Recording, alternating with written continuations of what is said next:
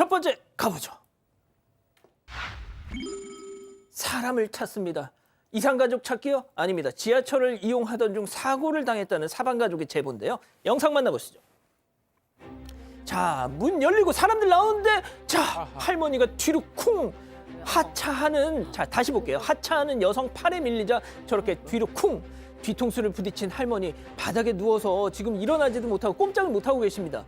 자, 순식간에 벌어진 사고 같은데 설명 좀 해주시죠. 네, 지난 19일 오전 8시 40분쯤에 수도권 지하철 2호선 방배역에서 벌어졌던 사고입니다. 제보자 어머니가 하차하는 승객들이 있어서 잠시 내렸다가 다시 열차에 타려고 한 상황이었는데요. 그런데 같이 내리던 여성 승객이 어머니를 팔꿈치로 밀었다는 게 제보자의 주장입니다.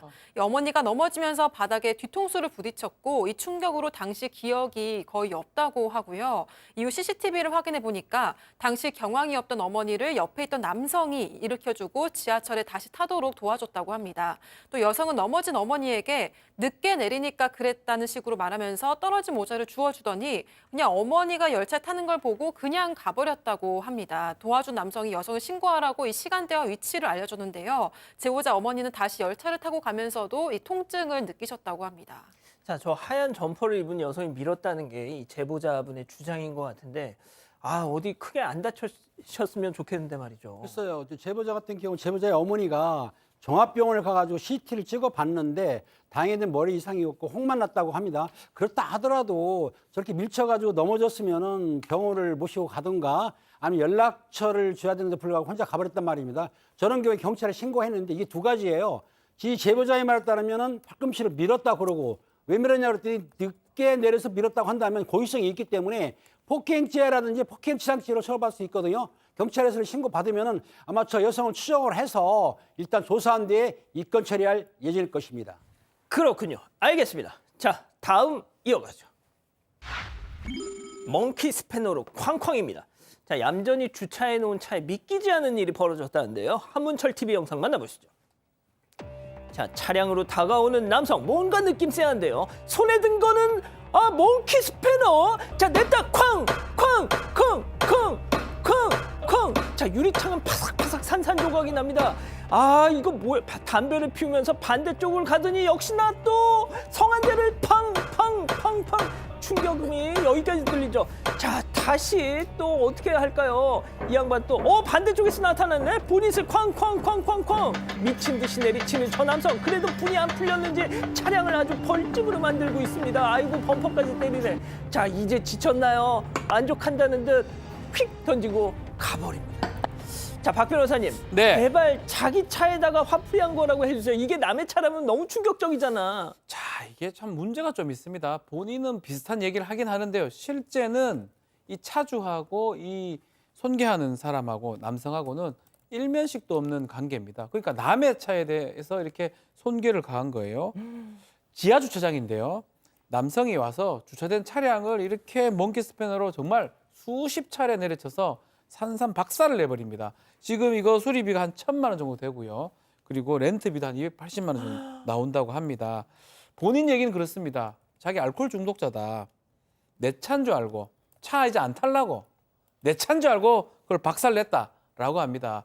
비슷한 장소에 비슷한 색깔의 외형이 비슷하기 때문에 자기 차라고 생각해서 했다고 하는데 글쎄 이 주장을 100% 신뢰하고 믿기에는 어려워 보이는데요. 일단은 뭐 어쨌든 저쨌든 자기 차든 뭐 특수재물 손괴예요. 위험한 물건으로 파손했기 때문에 아니, 더 이상 탈 생각이 없었으면 중고차로 팔면 되잖아요. 그냥 버리면 버려도 안 되는데 어쨌든 말도 안 되는 주장이긴 합니다. 일단 5년 이하의 징역 또는 1,000만 원의 벌금을 부과할 수 있고요. 정말 외형이 비슷한지 그리고 차주와 관계라든지 이런 것들이 경찰이 아마 추적을 하지 않을까 생각이 듭니다. 그러니까요. 알겠습니다. 자, 다음 이어가겠습니다.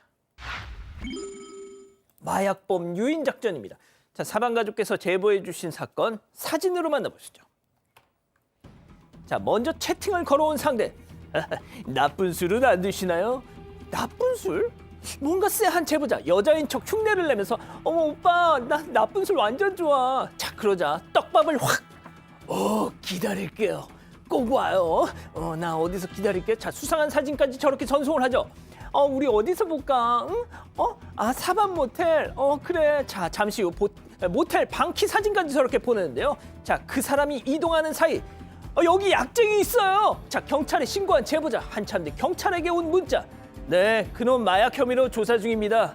그렇습니다. 진짜 마약 사범이었던 거예요. 자, 저게 랜덤 채팅 어플로 대화를 나눈 건데 야, 이 남자 제보자분이 여자 흉내까지 내면서 저걸 잡았네. 네, 맞습니다. 제보자는 부산에 거주하고 있습니다. 근무 중에 심심해서 랜덤 채팅 애플리케이션을 설치를 하고 썼다고 합니다. 그런데 갑자기 누군가에게 나쁜 술을 같이 마시자는 연락이 왔다고 하는데요. 제보자는 순간 이게 마약 은어가 아닌가라는 생각이 들어서 대화를 이어갔습니다. 실제로 상대방이 마약으로 보이는 사진까지 인증을 했다고 하고요. 이 애플리케이션은 두 사람 사이의 거리를 볼 수가 있는데 상대방을 근처 지역으로 불렀더니 실제로 거리가 가까워졌었다고 합니다.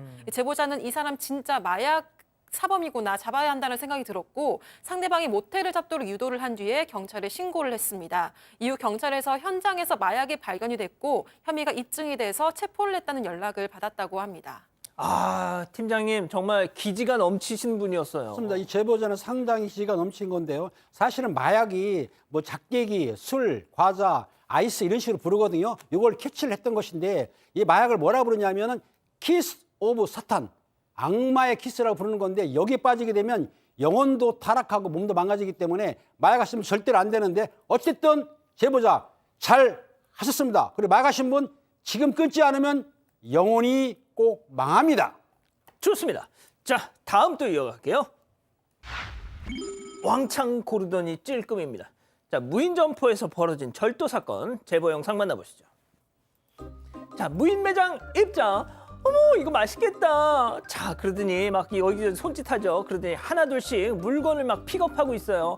자, 다른 데로 가더니 어머, 이건 더 맛있겠다. 그러면서 다른 데서도 막 저렇게 골라대죠. 자, 이번에 또 옆에 냉장고로 가서 문을 열고 자, 뭘 계속 그냥 물건들을 골라. 아이고, 참 그렇게 여기저기서 물건을 다 골라대더니 저 계산대 위에 이것도 맛있겠다. 저것도 오빠 나 이것도 먹고 싶어. 그러니까 야, 상희야, 너 살 좀 빼.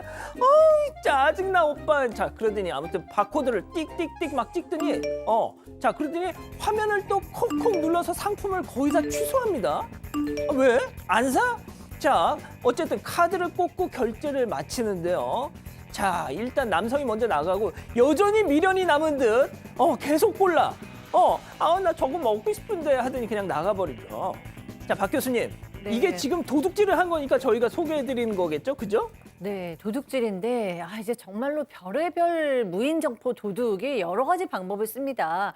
뭐 둘이 와서 정말 커플이 와서 키오스크를 이렇게 두들겨가지고 다 부셔가지고 돈을 가져갔다는 얘기도 해드렸는데 또 커플인데요. 이번에는 강원도 강릉의 한 무인 점포예요. 그런데 보시다시피 물건을 다 가져와서 일단은 다 바코드를 찍습니다. 그런데 되게 이상한 게 거기서 삭제를 해서 뭐 대부분의 5만 원 넘게 이제 물건을 가져와서 10,000원 정도만 남기고 다 삭제를 합니다. 그런데 문제는 예. 물건을 다 가져가는 거예요. 그러면 결국에는 5만 원어치를 가져가면서 4만 원어치는 삭제하고 10,000원만 지불하는 거예요. 그러니까 완전히 다 가져가는 것도 아니고 좀 너무 이상한 방법을 씁니다. 어쨌든 절도죠.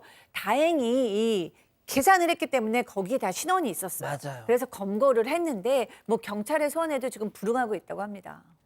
아니, 경찰에서 출두하랬더니 알겠습니다 해놓고 지금 잠수 탔답니다. 자, 이게 문제입니다. 특수절도 아닙니까? 2명이 돌아서 지금 막 수법도 사실은 화려하고요. CCTV 있는 걸 알면서도 의식도 하지 않습니다. 찍어라, 가져가겠다.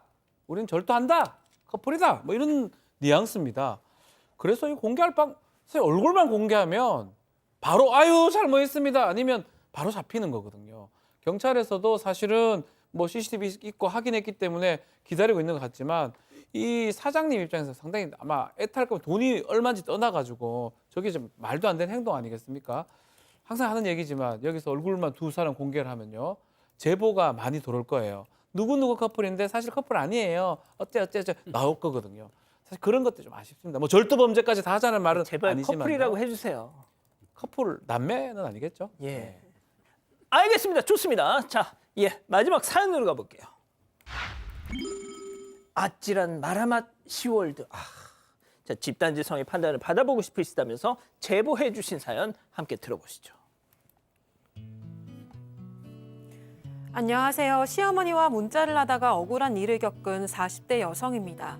저는 결혼 15년 차로 지금 직장에 다니고 있어요. 집에서 시가까지 차로 1시간 거리인데 한두 달에 한 번은 꼭 시가에 들러서 좋은 관계를 유지하려고 노력하고 있습니다. 그런데 최근에 그간의 노력이 물거품이 되는 일이 있었는데요. 제가 회사에서 일하다가 시어머니랑 문자로 김장 관련 이야기를 나누고 있었던 때였습니다. 시가에서 다 같이 김장을 하기로 했는데 날짜는 언제로 할지 몇 포기를 할지 얘기하고 있었어요. 그런데 갑자기 업무가 쏟아져서 너무 바빠진 거예요. 그래서 얼른 답장을 적고 미친 듯이 업무에만 집중을 했습니다. 서너 시간 정도 지나고 나서야 한가해져서 다시 휴대전화를 확인했는데요.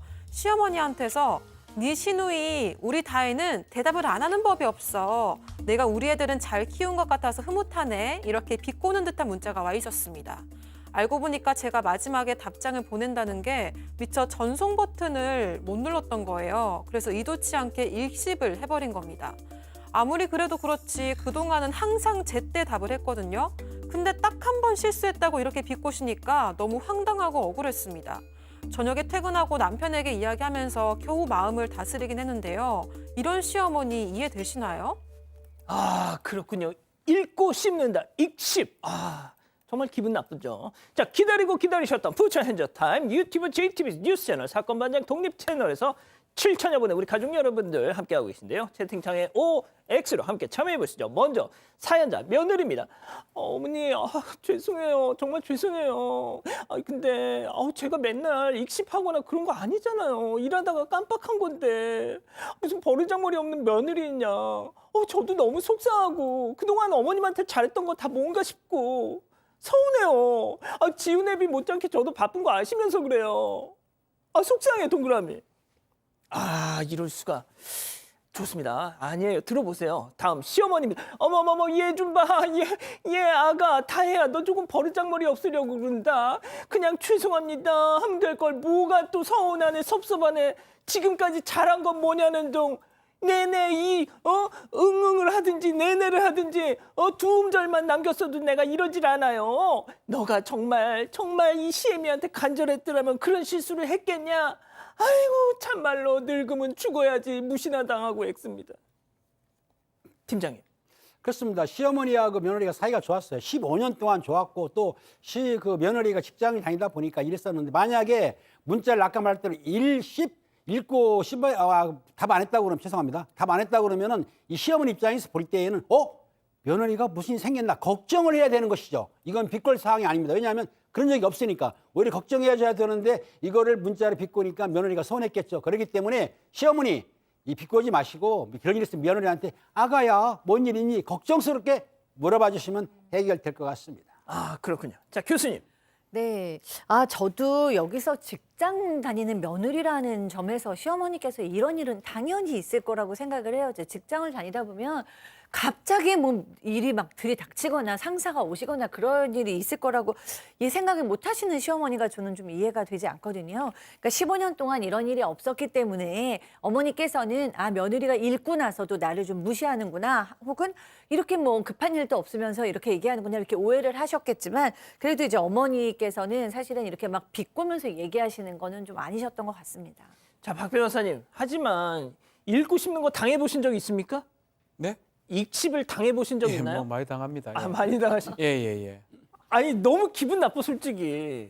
저는 그냥 지 맘대로 해라고 그렇게 생각하는 스타일이라서 쿨하시구나. 신경을 안 쓰긴 한데 저는 이런 생각을 좀 해봅니다. 이 문자에 나타나는 어떤 말투하고 실제로 말투하고 좀 많이 다를 때가 있거든요. 이것도 제가 봤을 때는 저는 제 개인적인 생각이긴 한데 어머니께서 비꼬려고 했던 나는 정말 그건 좀 문제가 있지만 아닐 수도 있다라는 거. 그러니까 문자로 할 때 되게 조심해야 됩니다. 이 의사 전달이 제대로 안 될 경우가 많거든요. 조롱으로 느껴질 수도 있고 비꼬는 것도 느껴질 수도 있고 화를 낸 거로 느껴질 수도 있고 그래서 이런 거를 만약에 필요하다면 말로 하는 게 오히려 좀 필요했지 않았을까 이런 생각을 하면서 어쨌든 간에 이 문자가 불필요해 보이거든요. 읽고 좀 씹으면 어때요? 씹은 것도 아니지만 뭐가 그렇게 중요합니까? 이 생각이 드네요. 중요합니다. 중요합니까? 자, 백다희 아나운서. 저는 사실 이렇게 안 읽고 답을 안 하거나 읽고 답을 안 하는 경우가 저부터가 좀 많아서 어떤 상황이라는 걸 좀 이해를 하거든요. 근데 이제 어머니께서는 아, 본인은 읽고 씹는 경우가 많아요. 그러니까 바쁠 때 그런 경우가 있어서 왜 그랬는지 상황을 잘 알아요. 그래서 저는 어쩐지. 그러려니 하는데 저는 선배 카톡을 항상 늘 답을 합니다. 네, 그래서 어떤 상황인지 알기 때문에 좀 그러려니 하는 편이거든요. 근데 어머니께서는 이런 바쁜 상황을 몰라셨을 수도 있으니까 사실 너무 속상하실 것 같지만 좀 상황을 잘 그냥 설명을 해드리고 좋게 풀면 좋겠습니다. 가족 여러분. 네, 가족 여러분은 김영상님, 시어머니와 거리를 두시는 게 좋을 것 같습니다라고 하셨고요. 구름빵빵님, 이해할 수 없습니다. 시어머니의 그런 행동은 앞으로도 계속될 것 같아요라고 하셨습니다. 하지만 하루님은 읽고 씹는 거 너무합니다라고 하셨습니다. 그렇군요.